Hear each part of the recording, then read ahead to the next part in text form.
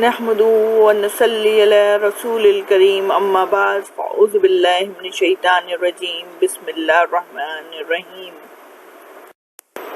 السلام علیکم ورحمۃ اللہ وبرکاتہ. My name is Kiran Noreen, lecturer, Government Degree Science and Commerce College برائے خواتین ایف ایریا بلاک 16 کراچی. عزیز طالبات، آپ سب جیسے کہ جانتی ہیں کہ کرونا وائرس کی وجہ سے جو اچانک چھٹیاں ہو گئیں، آپ کے آزمائشی امتحانات کا شیڈیول آپ کو مل چکا تھا اور امتحانات ہونے والے تھے، آپ کا سلیبس مکمل ہو چکا تھا. تو اب آپ کی گھر بیٹھ کے جو آپ تیاری کر رہی ہیں اس کے لیے ہم نے یہ لیکچر تیار کیا ہے تاکہ آپ کے ایگزام کے دنوں میں آپ کو پریشانی نہیں ہو. تو یہ 11ویں جماعت کے حساب سے اسلامیت لازمی کے پرچے کا ایک سوال ہے جو ہم آپ کو آج تفصیل سے بتائیں گے. باب اول، بنیادی عقائد. عقیدہ ہر مومن کے دل میں سچا اور پختہ ایمان کا نام ہے. عقیدہ بتاتا ہے کہ وہ کیوں پیدا کیا گیا، موت اور حیات کے بعد اس کی منزل کیا ہوگی.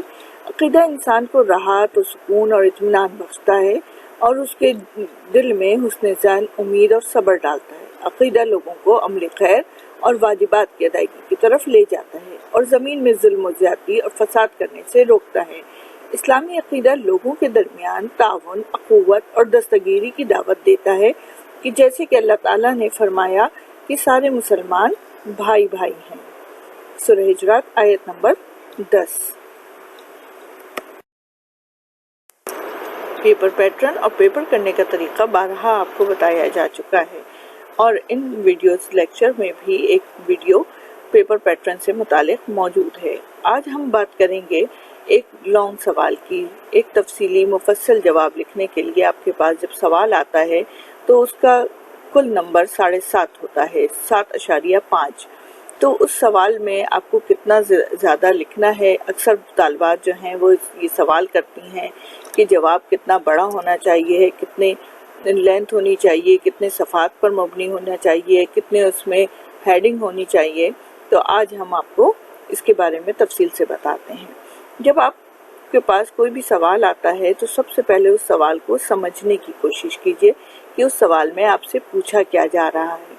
آپ بے مقصد جواب یا فضول کی تفصیلات میں جانے کے بجائے جو سوال پوچھا گیا ہے اس کے مطابق تفصیلی جواب لکھا کیجیے.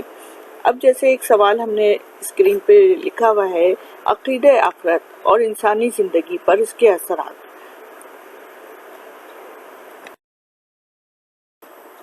سب سے پہلے آپ لکھیں گے عقیدے کی تعریف.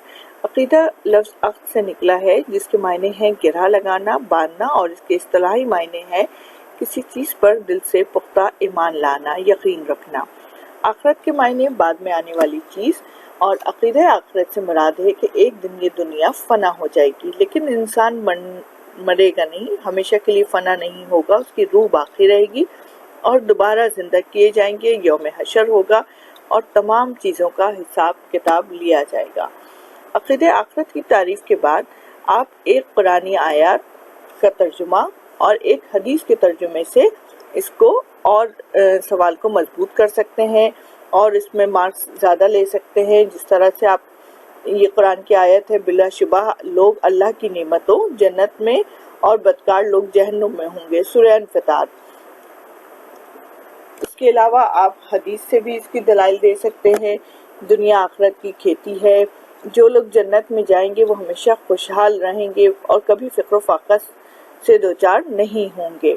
اس طرح آپ حدیث اور قرآن کا حوالہ دے کر اس جواب کو اور اپنے دلیل سے مضبوط کر سکتے ہیں. پھر اگر آپ سے یہ سوال آتا ہے عقیدہ آخرت پہ قرآنی دلائل، تو آپ منکرین آخرت کی جو دلائل ہیں وہ بھی ڈال کر اور اس کے جو جواب ہے قرآنی وہ بھی لکھ سکتے ہیں. پھر اس کے بعد آئیں گے ہم سوال کے اگلے حصے کی جانب. عقیدہ آخرت پر انسانی زندگی کے اثرات. اگر ہمارا عقیدہ نہیں ہوگا آخرت پر تو انسان جو ہے وہ خود غرض اور لالچی اور حرص پسند ہوتا ہے. تو ہر شخص نفسا نفسی کے عالم میں رہے گا. ہر کوئی یہ چاہے گا کہ ہمیں بس مل جائے، ہم جو چاہیں. نہ اپنی اس کو فرائض کی ادائیگی کا احساس ہوگا، نہ معاشرے کا خیال ہوگا، اور یہ دنیا جو ہے وہ ایک لاقانونیت کی بنا پر ایک صرف جھگڑا، فساد اور خون والی چیز ہوگی۔ جب تک لوگوں کے اندر جواب دہی کا احساس نہیں ہوتا، آخرت کا خیال نہیں ہوتا کہ ہمیں اللہ کے آگے جواب دینا ہے، تو فرائض کی ادائیگی پوری نہیں ہو سکتی، دوسروں کے حقوق پورے نہیں کیے جا سکتے، معاشرہ بہتر نہیں ہو سکتا۔ تو اس لیے جب آخرت پر ایمان لاتے ہیں تو ہمارے اعمال جو ہے خود بخود درست ہوتے چلے جاتے ہیں۔ آخرت پر یقین رکھنے والا جانتا ہے کہ اس کے تمام ظاہر اور پوشیدہ اعمال نامہ اعمال میں لکھے جا رہے ہیں اور اس کا ذرہ ذرہ لکھا جا رہا ہے، اور منصف جو ہے وہ اس پر ضرور پوچھ کرے گا اور اسی کے مطابق فیصلہ ہوگا۔ تو اس طرح سے نیکی کی خواہش بڑھ جاتی ہے اور بدی سے جو ہے نفرت پیدا ہو جاتی ہے، نیکی کی طرف رغبت ہو جاتی ہے، نفرت کا احساس ہوتا ہے بدی سے، اور عقیدہ آخرت پر ایمان جو ہے اچھے اعمال کرنا شروع کر دیتا ہے، اپنے اندر نیک عادتیں پیدا کرنے کی کوشش کرتا ہے، اچھے اخلاق پیدا کرنے کی کوشش کرتا ہے جو ہمیں قرآن کے ذریعے، حدیث کے ذریعے ملے ہیں۔ اور جب انسان صحیح ہوتا ہے، اپنے اعمال درست کرتا ہے، تو اس کے اگلا حصہ بھی درست ہو جاتا ہے۔ دوسری بات آتی ہے احساس جواب دہی کی۔ تو جب انسان کے اندر یہ احساس ہوگا کہ ہمیں اللہ کے آگے کھڑا ہونا ہے اور جواب دینا ہے، تمام فرائض، چاہے وہ اپنے ذاتی اعمال سے ہوں، چاہے لوگوں کے حقوق کے اعتبار سے ہو، معاشرے کے حقوق کے اعتبار سے ہو، عبادات کے حوالے سے ہوں، تو احساس جواب دہی جب ہوتا ہے تو فرائض جو ہے وہ پورے ہونے لگتے ہیں، اور جب ایک شخص فرض پورا کرتا ہے تو دوسرے کا حق ملتا ہے، اور اس طرح سے باقی چیزیں، معاشرہ جو ہے وہ بہتری کی طرف چلا جاتا ہے۔